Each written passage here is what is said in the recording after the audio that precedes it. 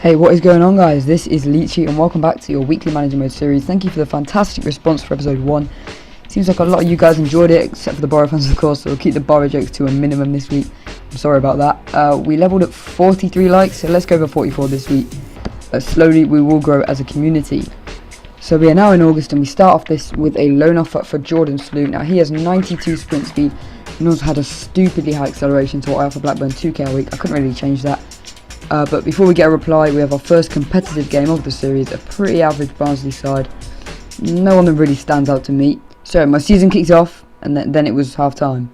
Then he scored, and then it was full time. Yep, that was the shittest 15 minutes of my life. But thankfully I can now reinforce my squad as Slew had signed, giving me my first striker with pace not only above 70s, but in the 90s, and his first game was a stupidly difficult League Cup tie against Blackpool.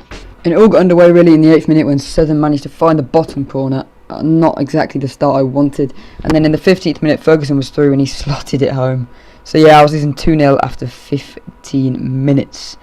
And then finally I had a chance to go through. O'Donovan was through and he's not going to miss a chance like this as he smashes it straight into the bottom corner, bringing me slightly back into the game. And then straight away I thought I had another chance. O'Donovan was through again, just at the defender using his pace. Well, I say pace 78, but instead of kicking the ball, he kicks the defender into the 6-yard box. That is not going to win me games. But then Phillips manages to just swing it round my goalie. I haven't got a clue how he did that. And then Sylvester makes it 4, turning into a bit of an embarrassment now. But Slew does get himself a goal. He is away, using that 92 pace, and then just gently curls it round the goalkeeper straight into the bottom corner. And then it was me who scored again, swung in, and Richiko finds the net. Shame it's the wrong one though. So yeah, that finishes 5-2, which is not the best one. So with that game over, I made some transfer offers which I will reveal to you later, but now we're into the next game against Brighton. So we have our first chance here in the 23rd minute, a free kick which is going to be taken by Sammy Klingen.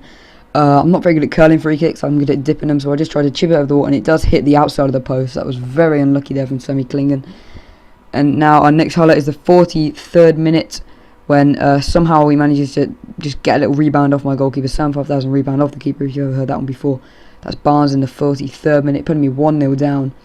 And then we do get another chance, and at the minute, considering I'm doing so badly in the league after 2 games, as it stood I was losing both of them on 0 points, I am going to sweat that one out to Deegan, who finds the corner. Not actually a full sweat though, the keeper still got in front of him. So, you know, that's not that bad. But then, as always, he does come back on the second time of asking. Mikhail Smith finds the bottom corner, making it 2-1 to him. And then in the 75th minute, ball kind of bouncing around in there, it does get cleared away to Slew, who sends Clive Platt through with the keeper, and then the game gets called back and Mikhail Smith is dead on the floor. So let's have a look. What did he get injured there? He landed and then yeah, he got shot. And then finally 90th minute, Slew takes the ball past the last man and the ref ends the game.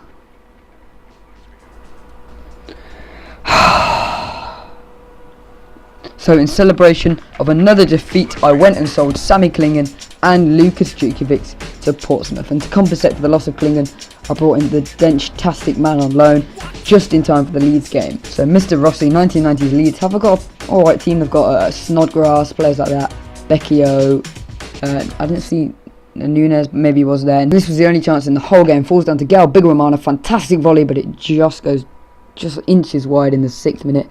And yep, that's how it ended. So another game without a win, and now it was just kind of, you know, starting to annoy me a little bit.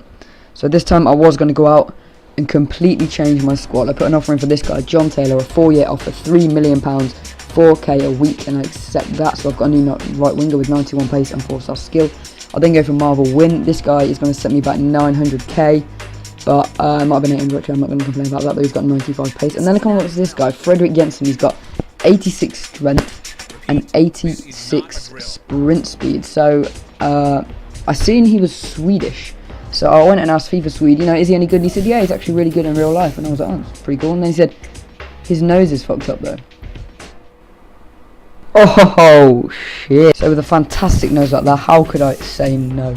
So I offered them $500,000, I think it was, and I seen that both clubs had accepted, so I went and offered them, well, both of them £500 more a week, both with 20% bonuses, clean sheet bonus for Win and goal bonus for Jensen. And I was hoping he wasn't going to get a lot of goals, so I might have to pay out quite a lot there. And straight away again they both came back, and I seen that Marvel Wynn had actually declined the offer. I don't know what I'd done wrong there. And then I seen that he did not want to relocate because he was settled, and I was like, you know what, yeah, I respect that decision if he doesn't want to move. And then I remembered he's a footballer. He doesn't have feelings.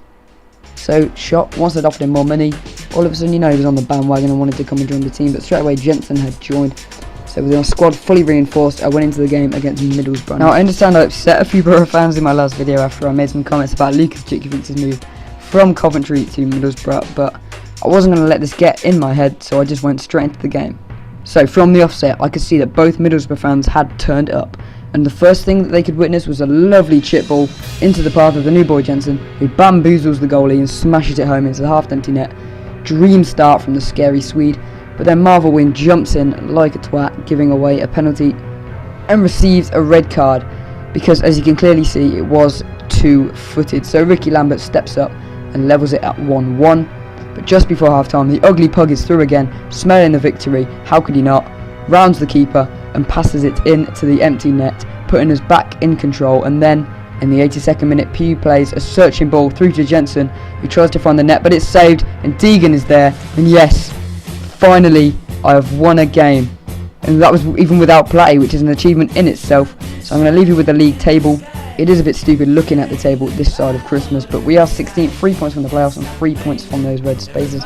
My Twitter is above the table now if you want to know how the career mode is going, guys. Thanks for watching. Remember, the target is 44 likes. Let's smash that. Thanks for watching, and I will see you guys soon.